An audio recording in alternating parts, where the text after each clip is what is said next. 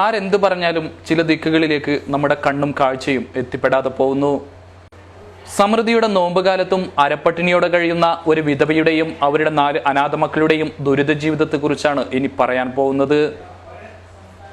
ഇന്ദിരാനഗറിലെ വാടക ക്വാർട്ടേഴ്സിൽ താമസിക്കുന്ന എറണാകുളം സ്വദേശിനിയായ ഈ യുവതിയുടെ ദയനീയ ജീവിതം നിങ്ങൾ കാണാതെ പോകരുത്. നോമ്പുകാലം നമുക്ക് ഭക്ഷണപ്പെരുമയുടെ കാലമാണ്.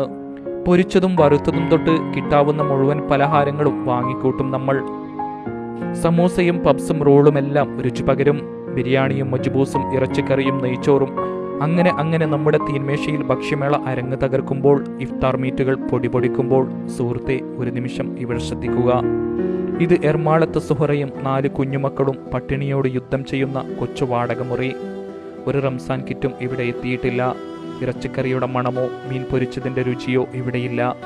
ഭർത്താവ് ഉപേക്ഷിച്ചു പോയ സുഹറ 13, 12, 10, 6 വയസ്സുള്ള മക്കളെ പോറ്റാൻ പെടാ പാടുപെടുന്ന കാഴ്ച കണ്ണുള്ളവരുടെ കരളലിയിപ്പിക്കും.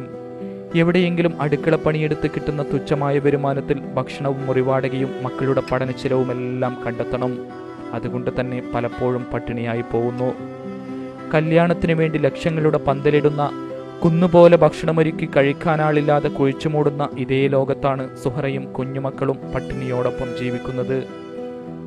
ഭക്ഷണത്തിനുള്ള പണം എങ്ങനെയെങ്കിലും കണ്ടെത്തിയാൽ വാടക കൊടുക്കാൻ കാശുണ്ടാവില്ല. വാടക കൊടുത്താൽ ഭക്ഷണത്തിന് വഴിയുമുണ്ടാവില്ല. എത്ര ശ്രമിച്ചാലും ജീവിതത്തിന്റെ 2 അറ്റം കൂട്ടിമുട്ടിക്കാൻ കഴിയാതെ സുഹറ പകച്ചു പോകുന്നു. വളർന്നു വരുന്ന പെൺമക്കൾ, തളർന്നു പോകുന്ന മനസ്സ്, ഒന്നും പറയാതെ സുഹറ ഞങ്ങളുടെ മൈക്കിന് മുന്നിൽ വിങ്ങിപ്പോവുകയാണ്. വീടൊന്നുമില്ല. ഞാൻ കഴിഞ്ഞുള്ള ബജാറിലൂടെ വേറെ പണിക്ക് വീടുമില്ല, സ്ഥലമില്ല, ഒന്നുമില്ല. അങ്ങനത്തെ അവസ്ഥ ഞാൻ ജീവിക്കുന്നുള്ളത്. എന്തോ സഹായം ഉണ്ടോ അങ്ങനെ ചെയ്തു തരണം. ഒരു ഭയമില്ല.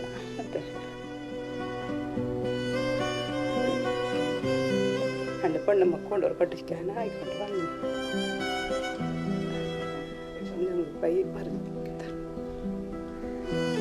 കയറിക്കിടക്കാൻ ഒരു വീടുണ്ടായിരുന്നെങ്കിൽ മക്കളെ ചേർത്ത് പിടിച്ച് സുരക്ഷിതമായി കിടന്നുറങ്ങാമായിരുന്നു. എത്ര കാലം ഈ വാടകമുറിയിൽ ഇങ്ങനെ കഴിയേണ്ടി വരുമെന്ന് ചോദിച്ച് സുഹറ പിന്നെയും വിതുമ്പുന്നു. വിധവകളെയും അനാഥമക്കളെയും സംരക്ഷിക്കുന്നത് സമാനതകളില്ലാത്ത പുണ്യമാണ്. നിങ്ങളുടെ കനിവിന്റെ ഒരു നോട്ടം മതി ഇവരുടെ എല്ലാ ദുരിതവും തീരാൻ. ഒരുപാട് പാവങ്ങളെ രക്ഷിച്ച നിങ്ങൾക്ക് ഇവരുടെ കഷ്ടപ്പാട് കാണാതിരിക്കാൻ കഴിയുമോ?